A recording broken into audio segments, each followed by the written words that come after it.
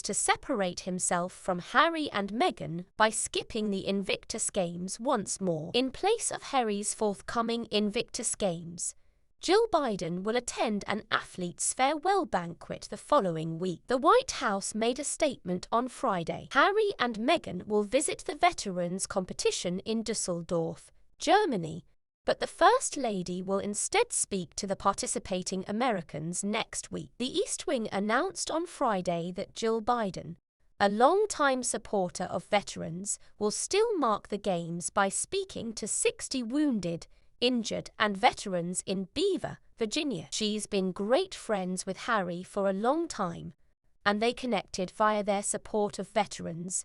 But recent changes in their relationship imply that she started to distance herself from him. According to a source close to her, the First Lady was interested in going to the April 2022 Games in The Hague, Netherlands, but decided against it to spare the British royal family's feelings. Both Joe and Jill Biden have taken part in previous Invictus Games competitions. While Joe Biden attended the 2016 Games in Florida thanks to her Joining Forces program, both Bidens attended the 2017 Games when they were hosted in Canada. Despite having a 33-year age difference, Jill and Harry have a strong friendship because they both have a passion for veterans affairs. Jill Biden is a fervent supporter of the military and its families. The Bidens, on the other hand, have avoided the California-based pair ever since they took office. Harry, who was already residing in California at the time,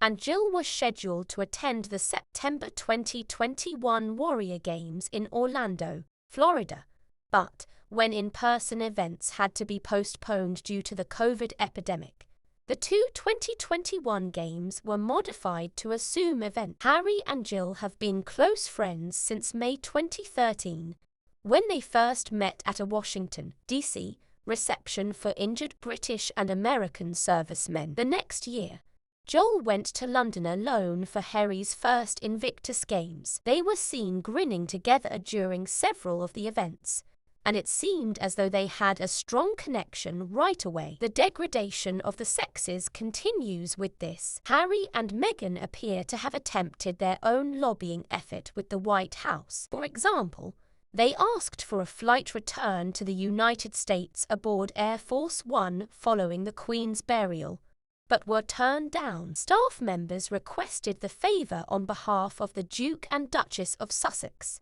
according to sources who spoke to the Daily Mail.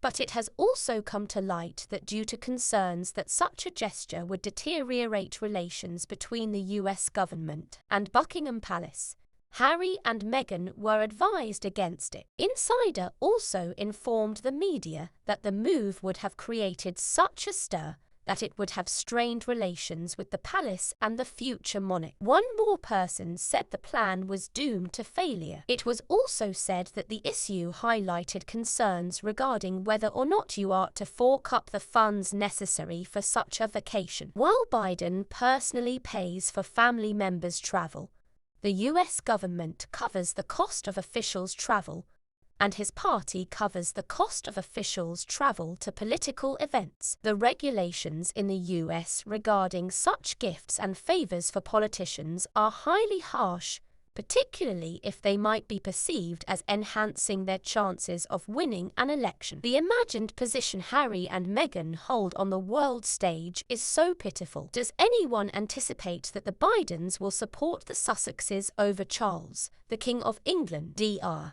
Joe is like Charles, the King of England, not asking Hunter Biden to royal ascot because he never shows up to Harry and Meghan's self-promotional Invictus Games. Stop utilizing drugs, Harry and Meghan.